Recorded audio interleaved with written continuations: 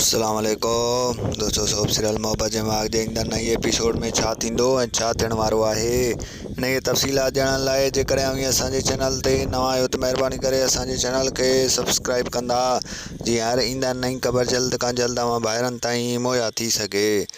दोस्तों हाणे हलूं था ड्रामे जी तफ़सीलात जी तरफ़। तव्हांखे ॾेखारियो वेंदो त ईंदड़ नई उनमें रांझनि जॾहिं इहा ख़बर मुजेरी खे ॿुधाईंदो त मुजेरी सख़्तु परेशान हूंदो। मुजेरी चवंदो त हाणे असां छा था करे सघूं, जॾहिं त तव्हां उनखे रस्ते सां ॻोल्हींदा आया आहियो। बहरहाल छोकिरी आख़िर वई काॾां आहे ऐं उन खां पोइ जेको आहे सो रांझनि अची वरी पंहिंजनि उन्हनि जे सहेलियुनि खे ॿुधाईंदो त उहे सहेलियूं अञा परेशान थी वेंदियूं ऐं सहेलियूं उनखे चवंदियूं त असां ॾाढियूं परेशान आहियूं, असांखे मज़ो ई न पियो अचे। तंहिंखां पोइ रांझनि चवंदो त तव्हां मुंहिंजी दिलि खां पुछियो आहे त मूं ते छा पियो गुज़रे, ऐं होॾो वरी तव्हांखे ॿुधाईंदा हलूं त ऑफिसर कमीनो पंहिंजनि चालनि में कामयाबु थियण जी कोशिशि पियो करे। तव्हांखे ॿुधाईंदा हलूं ईंदड़ नई एपिसोड में जेको आहे ऑफिसर अहमद का न का नई चाल रचींदो ऐं होॾो वरी तव्हांखे ॿुधाईंदा हलूं त सभा मंगणी लाइ तयारु थी वई आहे। बहरहाल उनखे चई त मूंखे फ़िलहालु कुझु टाइम ॾियो त जीअं मां हिनखे परखे सघां।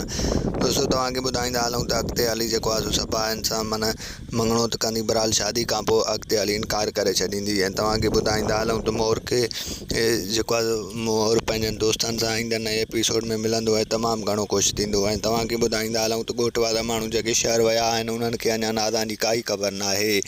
जॾहिं उहा ख़बर उन्हनि खे पवंदी त हू सख़्तु परेशान थी वेंदा, चवंदा नादा आख़िर वई कान आहे। ऐं तव्हांखे ॿुधाईंदा हलूं त नादा हसन वटि हूंदी ऐं जेको आहे हसन हुनखे बार बार धमकाईंदो ऐं चवंदसि त जेको आहे सो जेकॾहिं तो थोरो बि हाणे आवाज़ु कयो आहे त मां तोखे हिते मारे छॾींदुसि। आख़िर तो हुते ॾिठो छा आहे, हिते मां तोखे सभु जेको आहे सुखु वग़ैरह ॾींदुसि। तंहिंखां पोइ हू चवंदसि त मूंखे हिते सफ़ा मज़ो नथो अचे, मुंहिंजो साहु पियो निकिरे। अव्हांखे मुंहिंजो रिपोर्ट कीअं लॻो कमेंट में पंहिंजो राय ॾींदा। वठंदासीं इजाज़त, मिलंदासीं नई वीडियो में। रखंदा पंहिंजो ख़्यालु, ॾींदा इजाज़त।